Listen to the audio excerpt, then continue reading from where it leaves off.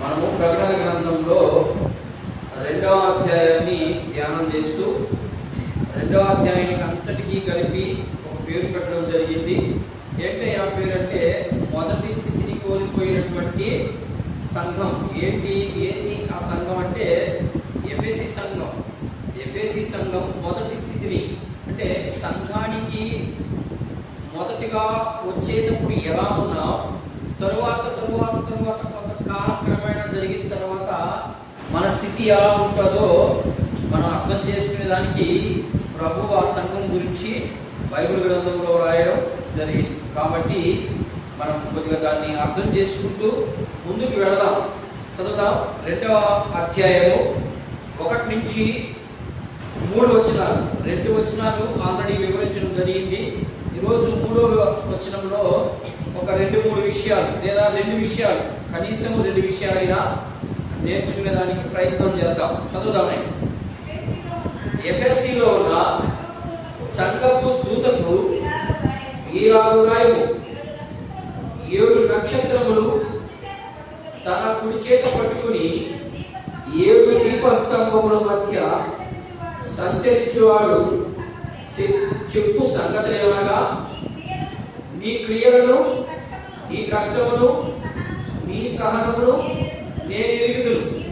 నీవు దుష్టులను సహింపలేవనియు అపోస్తులు కాకయే తాము అపోస్తులమని చెప్పుకుని వారిని పరీక్షించి వారు అబద్ధికులని నీవు కనుగొంటివనియు నీవు సహనము కలిగి నా నామము నిమిత్తము భారము భరించి అలయలేదని నేను ఎరుగుదును. చాలు. ఇక్కడ 2 విషయాలు కనబడతా ఉంటాయి. ఎఫెసీ సంఘం గురించి మాట్లాడుతూ కొన్ని విషయాలు చెప్పుకుంటూ ఏమేమి చెప్పుకుంటూ వచ్చాడంటే నీ క్రియలు, నీ సహనమును, నీ ఓర్పును, ఇక అపోస్తులు కాకే అపోస్తులు అని చెప్పుకుంటున్నటువంటి వారి బోధ విని మీరు ఎక్కడ కూడా వృద్ధిలో పోకుండా మీరు కాలక్రమేణా నడిచించినందుకు అలా చెప్పుకుంటూ కొన్ని విషయాలు చెప్పుకుంటూ లాస్ట్కి 3వ వచనం దగ్గరకు వచ్చేసరికి ఆయన ఇంకా కొన్ని విషయాలు చెప్తా ఉన్నాడు. ఏంటంటే నీ సహనమును అంటున్నాడు. 3వ వచనంలో నీవు సహనము కలిగి నా నామము నిమిత్తం. సహనము అంటే ఆ రోజుల్లో క్రైస్తవులకి భయంకరమైనటువంటి శ్రమలు గుండా వెళ్ళే రోజులవి. ఆ రోజుల్లో క్రైస్తవులకి భయంకరమైనటువంటి శ్రమలు మనకు కూడా త్వరగా రాబోతా ఉన్నాయి. శ్రమలు ఆల్రెడీ రేపు 3వ తారీఖు నుంచే బయలుదేరుతాయి. నాకు తెలిసి ఫిబ్రవరి 3వ తారీఖు నుంచే శ్రమలు బయలుదేరే అవకాశాలు ఎక్కువగా కనిపిస్తూ ఉన్నాయి. నేను ఆల్రెడీ మీకు గ్రూపులో పెట్టాను, చూడండి. ఇప్పుడే పెట్టాను దాన్ని. 3వ తారీఖు నుంచి మనకు కూడా శ్రమలు ఎక్కువ అవుతాయి. క్రైస్తవులకి శ్రమలు ఎక్కువ అవుతాయి. అదే ఇక్కడ జరుగుతూ ఉంది. ఆ రోజు యేసుక్రీస్తు ప్రభువుని ప్రచారం చేస్తున్నప్పుడు లేదా యేసే క్రీస్తుని సువార్త చెప్పేటప్పుడు అపోస్తులకి చాలా భయంకరమైనటువంటి శ్రమలు వచ్చాయి. శ్రమలు వచ్చినందువల్ల వాడు ఏం చేశారంటే అక్కడ వాడి యొక్క విషయాన్ని ఆ సంఘం గురించి మాట్లాడుతూ కొన్ని విషయాలు చెప్తా ఉన్నాడు. ఏం చెప్తున్నాడంటే నీవు సహనము కలిగి, ఏ విషయంలో ఎవరు అనే దాన్ని మనం అర్థం చేసుకునేందుకు ప్రయత్నం చేస్తే ఎందుకు వాళ్ళు శ్రమకు వచ్చే వాళ్ళకి దేని నిమిత్తము వాళ్ళు భరించాల్సి వచ్చింది శ్రమని అనే విషయాలు మనం అర్థం చేసుకునేదానికి ప్రయత్నం చేద్దాం. మొదటిగా ఆదిమ సంఘంలో అంటే యేసుక్రీస్తు ప్రభు ఉన్నటువంటి 1వ శతాబ్దంలో అపోస్తులు ఉన్నారు, క్రైస్తవులు కూడా ఉన్నారు. క్రైస్తవులకి అటు ఇటుగానోళ్ళు క్రైస్తవులు అంటే అటు ఇటుగానోళ్ళు. ఇప్పుడు కూడా అంతే. నిజంగా క్రైస్తవ్యాన్ని చూపించగలిగే వ్యక్తి ఆ వ్యక్తి వేరేగా ఉంటాడు. అటు ఇటు కలిగినటువంటి క్రైస్తవుడు వేరేగా ఉంటాడు. అటు ఇటు కలిగినటువంటి వాడు ఎట్లంటే ఇట్టొక కాలు అట్టొక కాలు పెడతాడు. కానీ నిజ క్రైస్తవుడు ఏం చేస్తాడు? ఏ దాని మీదైనా ఒక దాని మీదనే నిలబడతాడు. మరి ఆ రోజుల్లో ఉన్నటువంటి శ్రమలేంటి, కష్టాలేంటి, ఎందుకు వాళ్ళ గురించి అంతగా మరి ఆయన చెప్పడం జరిగిందో కొన్ని విషయాలు చూద్దాం. ఎవరు అంటే ఆ దినాల్లో ఉన్నటువంటి 1వ శతాబ్దంలో ఉన్నటువంటి క్రైస్తవుల గురించి మాట్లాడుతున్నాడు, అపోస్తుల గురించి మాట్లాడుతున్నాడు. క్రైస్తవులు ఎక్కడైనా శ్రమలు పడ్డారు అని మనకి ఏమైనా కనపడుతుందా? ఇప్పుడు అప్పుడు భయంకరమైనటువంటి శ్రమలు ఉంటాయని ప్రకటన గ్రంథంలో మనకు కనబడతా ఉంది. అపోస్తుల కార్యంలో కూడా మనకి కనబడుతుంది, సువార్తల్లో కూడా అక్కడక్కడ కనబడుతుంది, కానీ ఎక్కువగా కనబడదు. సంఘం అంతా హింసించబడింది అని కొద్దిగా మాత్రమే కనబడుతుంది. కానీ ఈరోజు సంఘం హింసించబడుతుంది అని ఎక్కడైనా మనం వినపడుతుందా? మనకి ఎక్కడ కూడా వినిపించలేదు. కారణం ఏంటంటే నువ్వు యేసుక్రీస్తు ప్రభు కోసం శ్రమ పడటం లేదు. మరి ఎవరి కోసం శ్రమ పడుతున్నావు? నీ వ్యక్తిగత విషయాల కోసమో లేకపోతే నీ కుటుంబ భారం కోసమో నువ్వు శ్రమ పడుతున్నావు. దాన్ని మనం ఏం చేస్తామంటే యేసు ప్రభు దగ్గరకు వచ్చి మనము నేను మీ నిమిత్తము నేను అన్ని భరిస్తున్నాను అని మనం చెప్పుకుంటాం. కానీ వాస్తవానికి అప్పుడు ఎలాంటి శ్రమలు అనుభవించారు, అసలు ఎందుకు అనుభవించాల్సి వచ్చిందో కొన్ని వచనాలు మనం ఉదాహరించి చూసుకున్నాం. ఎందుకని ఈరోజు ప్రతి ఒక్కరు కూడా నేను శ్రమ పడుతున్నాను, అనుభవిస్తున్నాను అని చెప్పుకుంటా వెళ్తా ఉన్నారు. కానీ నువ్వు పడే శ్రమ నీ వ్యక్తిగత జీవితానికి సంబంధించింది. బైబిల్ ఏం చెప్తుందంటే శ్రమ ఎలా అనుభవించారంటే వాళ్ళు అపోస్తులు ఆ రోజుల్లో. ఈ రోజుల్లో శ్రమలు లేవు, కష్టాలు లేవు, కన్నీళ్ళు లేవు, హ్యాపీగా సువార్త ప్రకటించుకోవచ్చు. ఎందుకని రాజ్యాంగం ఆ హక్కుని కల్పించింది. కానీ ఆ రోజుల్లో ఆల్రెడీ రాజు చుట్టే మరలా వేరొక రాజు గురించి ప్రస్తావించడం ఏంటి అని యేసుక్రీస్తు ప్రభు యూదుల రాజు లేదా ఆయనే రక్షకుడు అని చెప్తా ఉంటే వాళ్ళకి ఎలా ఉండిందంటే అంత భయంకరమైనటువంటి శ్రమలు అనుభవించారు. కాబట్టి యేసుక్రీస్తు కోసము మనం శ్రమలు అనుభవించాలి. ఈరోజు నువ్వు నేను ఎవరి కోసం అనుభవిస్తున్న శ్రమలు ఒకసారి మనం పరీక్ష చేసుకున్నాం. ఈరోజు సంఘము కానీ లేదా విశ్వాసులు కానీ ఎవరి కోసము అవమానించబడతా ఉంటారు, ఎవరి కోసము అనేక రీతిలుగా ఇబ్బందులు పడుతూ ఉన్నారు. అంటే వ్యక్తిగత జీవితం కోసమే పడుతున్నారు, కానీ యేసుక్రీస్తు ప్రభు కోసం చాలా మటుకు ఎవరు కూడా శ్రమ పడడం లేదని నా యొక్క అభిప్రాయం. చూద్దాం, అక్కడ ఉన్న దానికి బైబిల్ గ్రంథంలో ఉన్నటువంటి శ్రమకి మనకున్నటువంటి శ్రమకి కొంచెం వ్యత్యాసంగా మనం అర్థం చేసుకునేదానికి ప్రయత్నం చేద్దాం. చూడండి ఆయన ఎఫెసీయులకు రాసిన అపోస్తుల కార్యం సరేనా. మొదటిగా ఆయన శిష్యులు, ఇప్పుడు మనం ఎవరివి? మనం కూడా శిష్యులవి. అప్పుడున్న శిష్యులకి ఇప్పుడున్నటువంటి శిష్యులకి తేడా కొంచెం చూద్దాం. అపోస్తుల కార్యముల గ్రంథము 5వ అధ్యాయం చూద్దాం. కొన్ని నిమిషాలు, నేను 2 విషయాలు మాత్రమే చెప్పి నేను ముగిస్తాను. ఏంటంటే నా నామము నిమిత్తము భారము భరించి. ఏంటి ఆ భారం? ఈ రోజు ఉన్నటువంటి నీకు నాకు కలిగినటువంటి భారం ఏంటి, ఆ రోజు ఉన్నటువంటి భారం ఏంటి అనేది ముందుగా వివరణలోకి వెళ్తున్నాం. ఆ రోజు ఉన్నటువంటి భారం చదువునే 5వ అధ్యాయము 40వ వాక్యాన్ని గమనిద్దాం. 40-41 చూద్దాం. ఆ నామము కొరకు అవమానము పొందుటకు పాత్రులమని ఎంచబడినందున వారు సంతోషించబడిరి. ఎవరు వాళ్ళు? ఎవరి నిమిత్తము? ఆయన నామం, ఆయన అనే పదం ఎవరికి ఆపాదించబడుతుంది? క్రొత్త నిబంధనలో కానీ పాత నిబంధనలో కానీ యేసుక్రీస్తు ప్రభుకి లేదా తండ్రి అయిన దేవుడికి, వాళ్ళిద్దరికీ మాత్రమే ఆయన అనే పదం అమర్చబడింది. ఇంకెవరికి కూడా ఆయన అనే పదం వచ్చింది అంటే ఖచ్చితంగా అది యేసుక్రీస్తు ప్రభువా లేకపోతే తండ్రి అయిన దేవుడా? ఈ రెండింటిలో మనం అక్కడ ఉన్నటువంటి సందర్భాన్ని బట్టి మనం అర్థం చేసుకునేదానికి ప్రయత్నం చేయాలి. మరి ఈరోజు ఎవరి నిమిత్తం శ్రమ పడుతున్నావు? ఎవరి నిమిత్తము నువ్వు సంతోషపాత్రులుగా ఎంచబడుతున్నారు? చదువు, నేను మళ్ళీ ఒకసారి ఆ మాట చదువు. నా నామము కొరకు మీరు అవమానపరచబడ్డారు. ఇంకా అవమానపరచబడము వాళ్ళకి అది కొంత దాని పాత్రులు అనే పదాన్ని మనం ఎలా అర్థం చేసుకోవాలంటే ఇష్టపడ్డారు. అవమానానికి కూడా వాళ్ళు వెనుదిరిగి చూడలేదు. మనం ఇప్పుడు బైబిల్ పట్టుకొని బహిరంగంగా వచ్చేదానికే మనం సిగ్గుపడతా ఉన్నాం. కానీ అక్కడ యేసుక్రీస్తు నామము నిమిత్తము వాడు అవమానపరచబడ్డానికి కూడా, వాడు శ్రమ అనుభవించడానికి కూడా వాడు మేమే మాత్రమే యేసుక్రీస్తు ప్రభువుకి అనుకూలంగా ఉండాలి, మేము మాత్రమే దేవుని యొక్క సేవలో కొనసాగాలి, ఇలాంటి బాధ్యత కలిగి, ఇలాంటి భారం కలిగి వెళ్ళారు.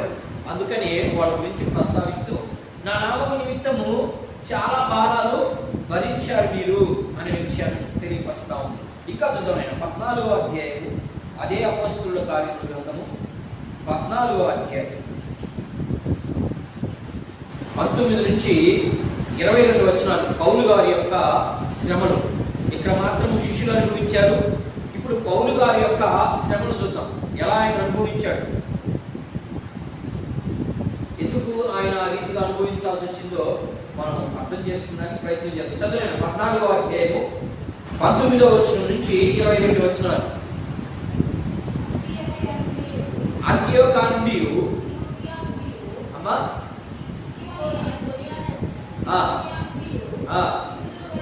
యూదులు వచ్చి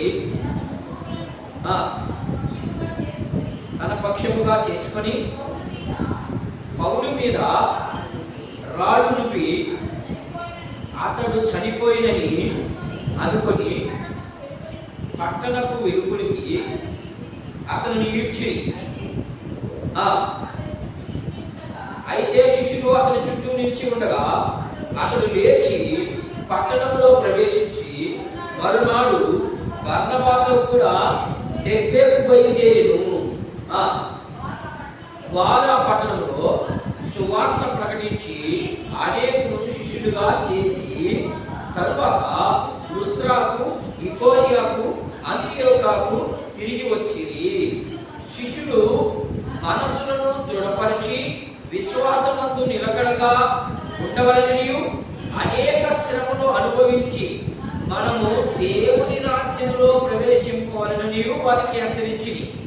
మరి మీకు కూడా నేను హెచ్చరిక చేస్తా ఉన్నాను.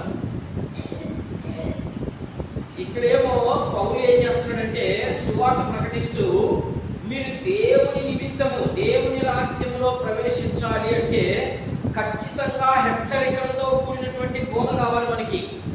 హెచ్చరికలు ఎందుకయ్యా అంటే మనిషి చేసినటువంటి తప్పిదాన్ని తెలియపరుస్తుంది. అయ్యో ఈరోజు ఈ తప్పు చేశానని, నేను ఈ తప్పు నుంచి మనం బయటికి రావాలంటే ఖచ్చితంగా ఏంటి, సొల్యూషన్ ఏదైనా ఉంది అంటే అది యేసుక్రీస్తు నామము దగ్గరికి వచ్చి దాన్ని ఒప్పుకొని విడిచిపెడితే తప్పక దానికి ముందు లేదు. దానికి ముందు కావాలి అంటే ఖచ్చితంగా యేసుక్రీస్తు ప్రభువే ముందు. ఈ ముందుని మనం యేసు ప్రభు దగ్గరకు వచ్చి కొనుక్కోవాలన్నా, లేకపోతే యేసు ప్రభువే నీ దగ్గరకు వస్తాడా? ఏదైనా దెబ్బ తగిలిందమ్మా, దెబ్బ తగిలినప్పుడు డాక్టర్ దగ్గరికి మనం వెళ్తామా? మనం డాక్టర్ మన దగ్గరికి వస్తాడా? మనం పోవాలి. కానీ ఇక్కడ దేవాది దేవుడు ఇదిగో తలుపు నొక్కుతూనే ఉన్నాడు, నీ దగ్గరికే వచ్చినాడు. ఆయన నీ దగ్గరకు వచ్చి నిన్ను తలుపు తట్టి నిన్ను హెచ్చరిస్తా ఉన్నా కూడా నువ్వు ఆయన ఏం చేస్తున్నావు? నిర్లక్ష్యం చేస్తా ఉన్నావు. మనకు లేవు ఇలాంటి శ్రమలు. అపోస్తలులు చాలా భయంకరమైనటువంటి శ్రమను అనుభవించారు. అదే రీతిగా పౌలు సువార్త ప్రకటిస్తుంటే ఆయన ఏమైనా దొంగతనం చేశాడా? ఇంకేమన్నా చేశాడా పౌలు? ఆయన ఎలా కొట్టారు? ఇప్పుడు రాళ్ళతో రువ్వి కొట్టి అక్కడ పడిపోతే చచ్చిపోయారని ఎక్కడికి పిలిచి పారేశారు? ఆయన్ని గవిని అవతలికి పిలిచి పారేశారు. అయినా కూడా ఆయన లేచి మళ్ళా సువార్త స్టార్ట్ చేశాడు. ఎక్కడెక్కడ ఏ ప్రాంతంలో ఇప్పుడు చదివిందాన్ని, ఇకోనియా, దెర్బే, లూస్త్రా, ఈ ప్రాంతాలంతా కూడా సువార్త చేసుకుంటూ వెళ్ళారు. మనకేదైనా ఒక్కరో శ్రమ వస్తే యేసు ప్రభు దగ్గరికి వెళ్ళిపోతాం ముందు. ఆయన నిజంగా నా దగ్గర ఉంటే నాకు ఎందుకు జరుగుతుంది ఇదంతా అనే విషయాన్ని మనము అనుకుంటాం. లేకపోతే పక్కోటి వాడి మీద పెడతాం, లేకపోతే సైతాన్ మీద పెడతాం. అదంతా కరెక్ట్ కాదు. అర్థమైందా? ఇక్కడ పౌలు ఏమన్నా పెట్టాడా? యేసు ప్రభువును దూషించాడా? సైతాన్ మీద ఏమన్నా చెప్పాడా? చెప్పలేదు. భారము భరించాలి, కొన్నింటిని భరించాలి, కొన్నింటిని వదిలేయాలి. అది ఎక్కడ ఇప్పుడు యేసు ప్రభు ఒక మాట చెప్తా ఉన్నట్టు, ఎందుకు అంత శ్రమలు పడ్డాడు అంటే పరలోక రాజ్యంలో మనము ఎలా ఉండాలి? చూద్దాం ఒకసారి ఆ మాట చూద్దామండి. యోహాను సువార్త 16వ అధ్యాయం 33వ వాక్యాన్ని ఒకసారి గమనిద్దాం. యోహాను రాసినటువంటి సువార్త 16వ అధ్యాయము 33వ వచనాన్ని మనం ఒకసారి గమనిద్దాం. యేసు ప్రభు స్వయంగా చెప్పే మాటలవి చూద్దాం. నేను చదవండి. నా యందు మీరు సమాధానము కలుగునట్టు ఈ మాటలు మీతో చెప్పుచున్నాను. లోకంలో ఏం కలుగుతుందంట? మరి యేసు ప్రభు దగ్గరకు వస్తే శ్రమే రాదంటారే. ఎందుకు రాదు? యేసు ప్రభువే స్వయంగా సాక్ష్యం ఇస్తా ఉన్నాడు. ఏమని సాక్ష్యం ఇస్తున్నాడంటే, మీరు నా యందు నిలిచి ఉంటే. ఎవరి యందు? ఆయన ఇక్కడ బాగా వినాలి. రకరకాలైనటువంటి బోధలు వచ్చేస్తున్నాయి ఇప్పుడు. ఎవరి యందు నిలిచుంటే శ్రమ వస్తుందంట. నేను చెప్పడం కదమ్మా, ఆయనే చెప్తున్నాడు. ఇక్కడ యేసు ప్రభు శిష్యుడికి చెప్తా ఉంటాడు. ఏమని చెప్తున్నాడంటే, మీరు నా యందు నిలిచి ఉంటే ఏమొస్తుందంట? ఏమ్మా చదువు ఒకసారి. ఇప్పుడు ఎవరి యందు సమాధానం కలగాలంట? దేవుని యందు. అర్థమైందా? మరి మనకి ఇంట్లో సమాధానం ఉంటుందా? బయట సమాధానం ఉంటుందా? ఇవి రెండు మనకు దూరం అవుతాయి. ఎప్పుడు దగ్గర అవుతాయంటే ఆ కుటుంబం అంతా ఆత్మకు సంబంధించినటువంటి ఆత్మను పొందుకొనితే అప్పుడు సమాధానం వస్తుంది ఇంట్లో. లేకపోతే సమాధానం ఉంటుందా? ఇదే మాట యేసు ప్రభు లూకా సువార్తలో ఒక మాట చెప్తాడు. 12వ అధ్యాయంలో 22వ వచనంలో చెప్తాడు ఆ మాట. ఒకసారి గమనించండి. మళ్ళా ఇంకొక చోట అంటే లూకా సువార్త 12వ అధ్యాయం చూడండి ఒకసారి. లూకా సువార్త 12వ అధ్యాయం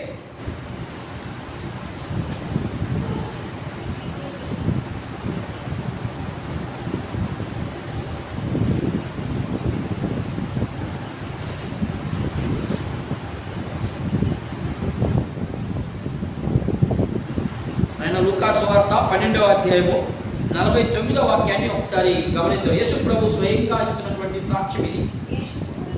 నేను భూమి మీద అగ్ని వేయవచ్చుని, అది ఇది వరకే రగులుకొని మండవలని ఎంతో కోరుచున్నాను. అయితే నేను పొందవలసినటువంటి బాప్తిస్మము నేను ఎందుకు చదివిస్తున్నాను మీకు ఇదంతా అంటే, కరెక్ట్గా ఆ వచనాన్ని చదివిద్దును, కానీ మీకు అర్థం అవ్వాలి. అందుకని నేను అక్కడి నుంచి చదివిస్తున్నాను. నెరవేరు వరకు నేను ఎంతో ఇబ్బంది, యేసు క్రీస్తు ప్రభువే ఇబ్బంది పడుతున్నాడని చెప్తున్నాడు.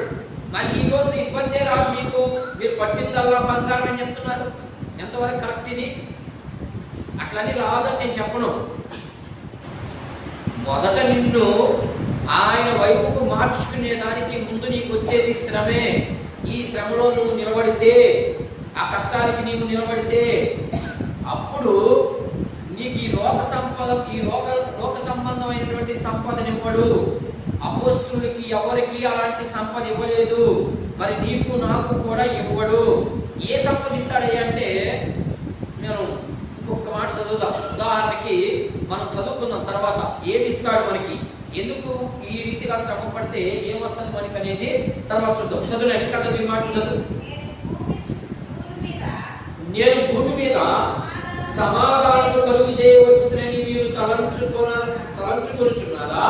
కాదు, వేగమే కలుగు చేయవచ్చునని మీతో చెప్పుచున్నాను. ఇప్పటి నుండి ఒక ఇంటిలో 5గురు వేడుపడి ఇద్దరికి విరోధముగా ముగ్గురికి విరోధముగా ఉంటురు. తండ్రి కుమారునికి, కుమారుడు తండ్రికి. చదువుకోవాలి. యేసు ప్రభు స్వయంగా ఇస్తున్నటువంటి మాటలు, స్టేట్మెంట్ అది. మీరు నా యందు నిలిచి ఉంటే నీకు నాకు మాత్రమే సమాధానం దొరుకుతుంది. మనం అపోస్తలుల కార్యాలలోకి వచ్చేద్దాం. యోహాను సువార్తలోకి వచ్చేద్దాం. ఏం చెప్తా ఉన్నాడు అక్కడ? యోహాను సువార్త 16వ అధ్యాయంలో ఏం చెప్తున్నాడంటే, మీరు నా యందు ఉంటే మీకు నాకు మాత్రమే సమాధానం, లోకానికి మీకు సమాధానం ఉండదనే నన్ను అర్థం. ఇంకా చదువు 16వ అధ్యాయము 33వ వచనం. నా యందు మీరు సమాధానం కలిగినట్లు ఈ మాటలు మీతో చెప్తున్నాను. లోకంలో మీకు శ్రమ కలుగును, అయినను ధైర్యం తెచ్చుకోండి, నేను లోకమును జయించి ఉన్నాను. ఏం చెప్తా ఉన్నాడు? సాక్ష్యం ఇస్తా ఉన్నాడు అక్కడ. మీరు అధైర్యపడద్దు. మీకు శ్రమ కలిగిందా, మీకు కష్టం కలిగిందా, మీరేం అధైర్యపడబాకండి. అంతా నా మేలుకే, అంతా మన మేలుకే అనుకొని ముందుకు వెళ్ళడమే. అర్థమైందా? శ్రమ వచ్చిందా, కష్టం వచ్చిందా, అంతా మన మంచికే ముందుకు వెళ్ళడమే. మనకి ఇంకా తగువైనటువంటి బహుమానం ఇచ్చేదానికి ఆయన మనకు ముందుకు నడిపిస్తూ ఉంటాడు. మనం నడిచి వెళ్ళడమే, మన ప్రయత్నం చేయడం అంతే. అది ఉదాహరణకి అలాంటి వ్యక్తి ఎవరైనా బైబిల్లో ఉన్నాడా? క్రొత్త నిబంధనలో సరే ఆయన నుంచి చెప్పాడు. మరి అలాంటి వ్యక్తి ఇంకెవరైనా ఉన్నారా? గుర్తుకొస్తున్నారమ్మా? అలాంటి వ్యక్తి ఎవరైనా ఉన్నారా? ఈ లోకంలో మనం ఏం కోరుకుంటామా? అయినా మీరు మా సార్ చూడండి, ఈ లోకంలో మనం ఏం కోరుకుంటాం? శ్రమ కోరుకుంటామా? శ్రమ కోరుకోం. కానీ ఒక వ్యక్తి శ్రమను కోరుకున్నాడు. డబ్బు వద్దు నాకు, ఆస్తులు వద్దు నాకు ఐశ్వర్యం వద్దు, నాకేం కావాలి? యేసుక్రీస్తు కావాలన్నాడు ఒక ఆయన. ఎవరు ఆయన చెప్పండి? పాత నిబంధనలో దొరుకుతాడు. చాలా మంది ఉన్నారు, ఒక్కరి పేరు చెప్పండి సార్. మోషే ఉన్నాడు కదా. మోషే ఎంత గొప్ప వ్యక్తి. ఆ వ్యక్తి అన్నింటినీ వదులుకున్నాడు. ఎబ్రీ పత్రిక చూద్దాం ఒకసారి. ఎబ్రీ పత్రిక 11వ అధ్యాయం.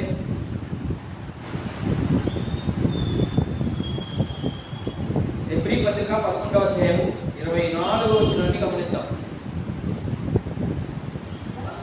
మోషే పెద్దవాడైనప్పుడు విశ్వాసమును బట్టి ఐగుప్తు ధనము కంటే క్రీస్తు విషయమైన నింద గొప్ప భాగ్యమని ఎంచుకొని అల్పకాలము పాపపు భోగమును అనుభవించుట కంటే దేవుని ప్రజలతో శ్రమ అనుభవించుట మేలని యోచించి ఫరో కుమార్తె యొక్క కుమారుడని అని పిలిపించుకున్నకు ఒప్పుకోలేదు.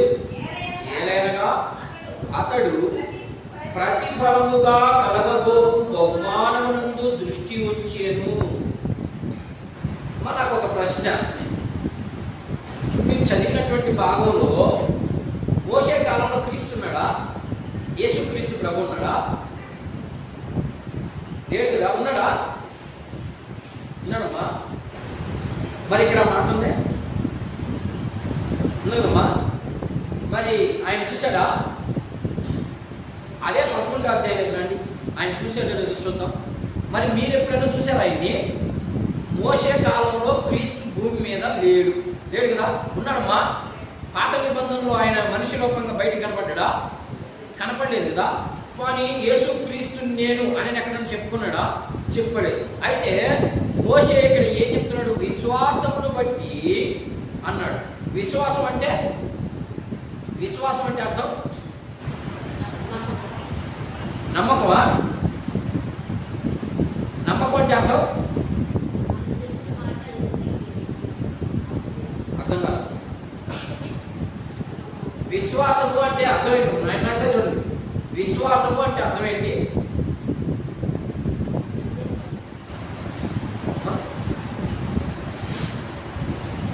ఎన్నిసార్లు చెప్పేది నేను మీకు? ఎన్నిసార్లు చెప్పేది నేను? విశ్వాసము అంటే లేని దాన్ని నమ్మడమే విశ్వాసం. ఇక్కడ ఏం లేదు అయినా కూడా ఉందని నమ్మడమే విశ్వాసం. ఇక్కడ మోషే కాలంలో యేసు ప్రభు భూమి మీద లేడు. ఉన్నాడా? లేడు. లేడు కాబట్టి ఇప్పుడు ఏం చెప్తున్నాడు అక్కడ? ఇక్కడ ఏం చదివింది? మళ్ళీ ఒకసారి కంటిన్యూషన్ చేయమ్మా. మీరు నేను చెప్పేది వింటున్నారా సార్? నా వింటే ఎందుకు మీకు ప్రశ్న రావట్లేదు? మోషే తన విశ్వాసమును బట్టి ఐగుప్తి ధనము కంటే క్రీస్తు నిందను అనుభవించుట మేలనుకున్నాడు ఆయన. అప్పుడు క్రీస్తు లేడు కదా. మరి క్రీస్తు నిమిత్తము ఆయన నిందను ఎలా అనుభవిస్తున్నాడు? ఇప్పుడు మనం చూద్దాం ఎలా అనుభవించాడు. అర్థమైందా? 11వ అధ్యాయంలో చూడండి, 13వ వచనాన్ని ఒకసారి గమనించండి. మోషే చూసినాడా? చూడలేదు యేసు ప్రభుని. అక్కడ ఏం చెప్తున్నాడు? విశ్వాసమును బట్టి అని అంటున్నాడు. వీరందరూ ఎవరు వాళ్ళందరూ అంటే మనం పైన చూసుకుంటే ఒక లిస్ట్ కనబడుతుంది. 11వ అధ్యాయంలో ఒక లిస్ట్ కనబడుతుంది. వీళ్ళందరూ యేసు ప్రభువును చూశారు. భూమి మీదకి ఆయన మనిషి రూపంగా రాక మునిపే చూశారు. వస్తాడు ఈయన భూమి మీదకి. అది విశ్వాసం. మన విశ్వాసము ఆయన నాశనం చూడాలి. మన విశ్వాసము ఆయన రేపు తిరిగి రాబోతున్నాడు. వస్తాడా? మా గ్యారెంటీగా ఉందా? నమ్మకం, విశ్వాసం ఉందా మనకి? అప్పుడు చూద్దామని మన ఇష్టం వచ్చినట్టు చేసేసుకుందాం అని అనుకుంటామా? సరే, అది ఏంటంట? ఏం చెప్తున్నాడు అక్కడ? ఈ అల్పకాలపు పాపభోగాన్ని వదులుకొని నేను క్రీస్తు విషయమై శ్రమ పడడానికి నేను ఇష్టపడుతున్నానని చెప్తున్నాడు. మరి నువ్వు నేను ఎవరి కోసం శ్రమ పడుతున్నావు? పరలోక రాజ్యానికి వెళ్ళాలి అంటే ఖచ్చితంగా మనకి ఏం అవసరము? శ్రమ అవసరం. ఏ శ్రమ? క్రీస్తు విషయమైనటువంటి శ్రమ, క్రీస్తుకి సంబంధించినటువంటి శ్రమ. నీ ఇంట్లో శ్రమ, లేకపోతే నీ బయట శ్రమ గురించి మాట్లాడడం లేదు ఇక్కడ బైబిల్. క్రీస్తు విషయమై శ్రమ పడాలి. నువ్వు పడుతున్నావా? మనకి ఎందుకులే, పక్కవాడు పడతాడు, మనకేం అవసరం లేదనుకుంటావా? మనం అయితే అదే అనుకుంటాం. వాడు పడతాడు, మనకి ఎందుకు వచ్చింది గొడవ అని అనుకుంటాం. ఉందా మనకు అసలు శ్రమ? ఏంటి ఆ శ్రమ? మీ ఆస్తులు ఏమని అడుగుతున్నాడు ఆయన? ఏమ్మా? లేకపోతే మీ అన్నంతా నాకు ఇచ్చిందా మనం అడుగుతున్నాడా? ఏమడుగుతున్నాడు ఆయన? తిమోతి పత్రిక చదివితే మీకు బాగా అర్థమవుతుంది. అనేకుల కోసం విజ్ఞాపన చేయండి, మీరు ఉపవాస ప్రార్థనలు కొనసాగించండి అని చెప్తున్నాడు ఆయన. మనమేమో ఏం చేయము, మనకు మాత్రం అన్నీ ఇంట్లో గడిచిపోవాలి, జరిగిపోవాలి. ఎట్లా జరుగుతాయా? పనికి పోకుండా ఇంట్లో భోజనం వస్తుందా? పని చేసుకుంటేనే భోజనం, పని చేయకపోతే భోజనం ఎట్లా వస్తుంది? అంతే. మనము మన ఇంటికి కానీ మన ఇంటికి కానీ పట్టినటువంటి అది ఏదైనా వెళ్ళాలి అంటే మనం ఇంటి దగ్గర కూర్చోవాలి. మీ పక్కింటి దగ్గర కూర్చుంటే పోదది, దేవుని దగ్గర కూర్చుంటే పోతుందని దాని అర్థం. అర్థమైందా? ఇది మొదటి విషయం. పేతురు రాసినటువంటి మొదటి పత్రిక 4వ అధ్యాయం 16 చదవండి ఒకసారి. పేతురు రాసినటువంటి మొదటి పత్రిక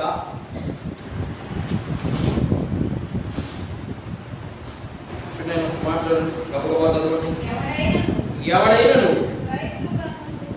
ఏంటంటే చూడండి, నాకు ఎంత బాగా రాసినాడు. పేతురు రాసినటువంటి మొదటి పత్రిక 4వ అధ్యాయము 14వ వచనాన్ని ఒకసారి గమనిద్దాం. 14 క్రీస్తు నామము నిమిత్తము మీరు నిందల పాలైన ఎడల మహిమా స్వరూపి అయిన ఆత్మ అనగా దేవుని ఆత్మ మీ మీద నిలుచుచున్నాడు కనుక మీరు ధన్యులు. ఏంటంట? క్రీస్తు నిమిత్తము మీరు నిందలు శ్రమలు అనుభవిస్తే ఆ అనుభవించేటప్పుడు ఎవరుంటారంటే మన మీద? నీ ఆత్మ ఉన్నదని చెప్తున్నాడు అక్కడ. దేవుని ఆత్మ నీ మీద ఉంటుంది. ఇంకా చదువు, కొనసాగించు. మీలో ఎవడును కానీ దొంగగా కానీ దుర్మార్గుడుగా కానీ పరుగు జోలికి పోవాడు కానీ బాగా అనుభవింప తగదు. ఏంటి అర్థం చూడండి. ఇక్కడ మీరు చదివేస్తే కుదరదు. అక్కడ చదువుకుంటూ వెళ్ళిపోతే కుదరదు మనకి. అక్కడ పాయింట్ ఏం చెప్తా ఉన్నాడు అక్కడ? నేను వాళ్ళు ఒకసారి చదువుతుంది చూడండి. మీలో ఎవడైనా ఆత్మ మీ మీద నిలిచి ఉన్నాడు కనుక మీరు ధన్యులు. ఏంటంట? ఆత్మ నిలిచిన వాడికి ఏముంటుందంట? మన ఆశయంలో మీరు ఏముంటుందని చెప్తున్నాడు అక్కడ. ఆత్మ మీ మీద నిలిచి ఉంటే మీరు ధన్యులు. ఆత్మ మన మీద నిలిచి ఉంటే బూతులు వస్తాయా? తగ్గు వస్తుందా? నోరు రేగుతుందా? అదే అక్కడ కింద వెంటనే ఇచ్చేసాడు. ఏమని ఇస్తున్నాడు చూడు. మీలో ఎవడైనా నరహంతకుడుగా కానీ, నరహంతకుడు అంటే ఏమో మనుషులు చంపేసేవాడు, వాడు నరహంతకుడు. మనం ఎవరు చంపుతున్నాం? ఇక్కడైతే మనుషుల్ని చంపేవాడు, మనం ఆధ్యాత్మికంగా మనమే చంపుతున్నాం. కుటుంబాలనే చంపేస్తున్నాం. మనం నేర్చుకోవాల్సిన పాఠాలు ఇవన్నీ, హెచ్చరికలు ఇవన్నీ. ఇంకా చూద్దాం, చదువు. దొంగగా కానీ, ఎవరు దొంగ? ఏ దొంగ? ఏమా ఏ దొంగ ఇంట్లో దొంగతనం చేసేవాడు దొంగ మామూలుగా. ఇక్కడ ఈ దొంగ గురించి ఏం మాట్లాడుతున్నాడంటే ఇక్కడ ఒక మాట అక్కడ ఒక మాట. దేవుని దగ్గరకు వచ్చినప్పుడు ఏమో నిబంధనలు, బయటికి పోతే బూతులు. ఇది మనకు తగదు, ఇది క్రైస్తవుడికి తగవు. ఒక క్రైస్తవుడికి ఇవన్నీ తగవు. ఏదో సందర్భాన్ని బట్టి ఏదో ఆవేశంలో తొందరపాటులో ఒకవేళ రావచ్చేమో కానీ నిత్యము మాట్లాడితే బూతులు, మాట్లాడితే రచ్చ, ఇవన్నీ క్రైస్తవుడికి తగదు అనేది ఇక్కడ క్లారిటీగా చెప్తున్నాడు. కానీ దుర్మార్గుడుగా కానీ పరుల జోలికి పోవాడు కానీ బాగా అనుభవం తగదు.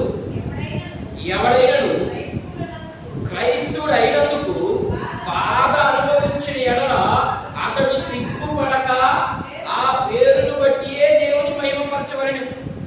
ఏం చెప్తున్నాడు చూడండి, క్లారిటీగా చెప్తున్నాడు. పత్రిక చదవాలమ్మా, పుస్తకాలు చదవకపోతే బైబుల్ మనకు అర్థం కాదు, దేవుడు మనకు అర్థం కాదు, పరలోక రాజ్యం మనం పోలేము. ఏం చేయకుండా ఉంటే బైబుల్ చదవకపోతే, అర్థం చేసుకోకపోతే మనకు దేవుడు అర్థం కాదు, బైబుల్ అర్థం కాదు, పరలోక రాజ్యం కూడా పోలేము. పోవాలి అంటే మనం ఖచ్చితంగా కష్టపడాల్సిందే.